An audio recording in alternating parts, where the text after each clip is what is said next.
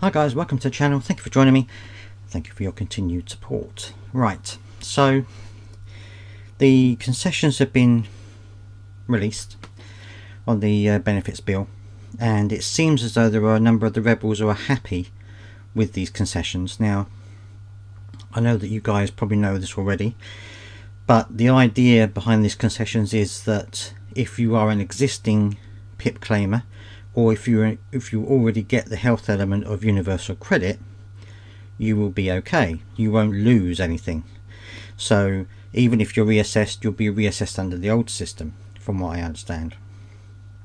It's only new claimants who are now going to be assessed under the new rules, and they're also apparently going to fast track this £1 billion of support for people going back to work. Now, obviously this is good news for everyone who is currently getting PIP and anyone who is currently getting the health element of universal credit.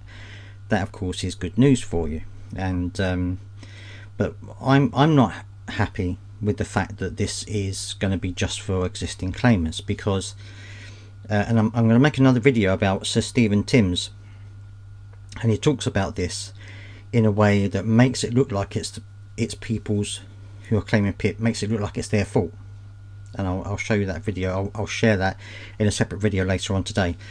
But it's not right really that you have a two-tier benefit system. You know, you have existing claimants who are going to stay on their existing money, but then any new claimants are going to be on a different rate. So you've got essentially people with the same conditions on different money simply because of when they've applied. I don't think that's fair. Obviously they want to try and save money. This is their idea of trying to save money while also appeasing some of the rebels, and some of the rebels are apparently happy with the concessions. But I think it doesn't go far enough. I think that what you need to have is this bill completely thrown out, restarted again. I think that the whole situation is completely flawed. There was no risk assessment done of any real value.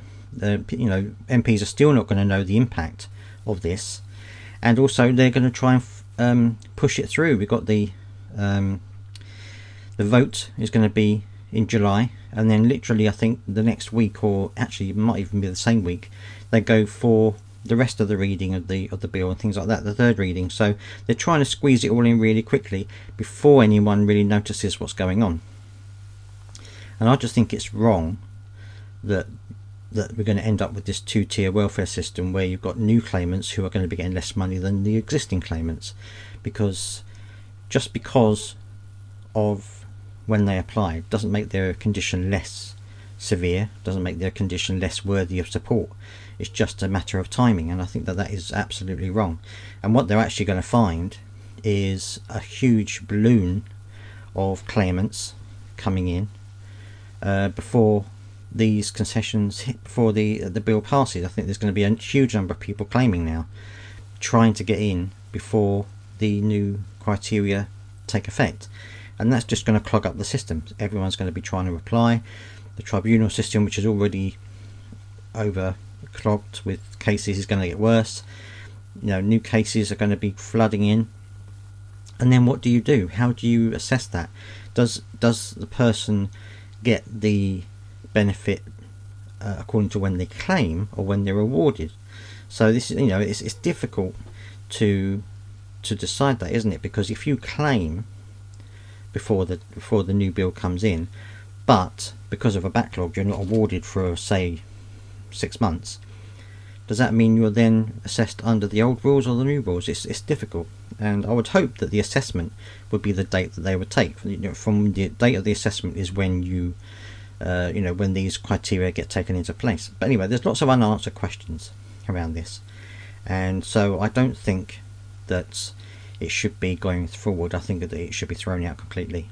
Obviously, I welcome the fact that it's helping existing claimants, but there are going to be a lot of new claimants, and one of the things I'm also concerned about is their definition of a new claim, because many years ago I did apply for PIP, and I did it based on my anxiety and my panic attacks, which are extreme, and I wasn't awarded. But I went to Tribunal and I was awarded on tribunal. I didn't get enough points on the original assessment. And then I was awarded for 3 years. At the end of those 3 years, I came up for a reassessment, and they told me that because I'd been through tribunal, this was now going to be a new claim, because the old claim effectively stopped when I was refused. And so because it went through tribunal, that doesn't count as part of the claim. So then when I was reassessed, it became a new claim. So this could be a way that they are going to get around this situation, whereby existing claimants who go through the tribunal system are going to be counted as new claimants when their old claim expires. So of course then they'll go on to the new rules. So we need to have something ironclad, something in law which is going to say that this is what's going to happen to existing claimants. Even if your claim goes to tribunal, it's still going to be a valid existing claim. I think that needs to be put into place and needs to be put into law to protect existing claimants. But that's the minimum I would expect them to do. What I really want them to do is throw the whole thing out. But anyway, let me know your views down in the comment section. I would love to hear it. And I'm going to be doing another video later on about Sir Stephen Timms talking about PIP claims. Anyway, let me know what you think down in the comment section. Please do subscribe if you've got this far. I'd love to push this channel forward. And until next time, I'll see you then.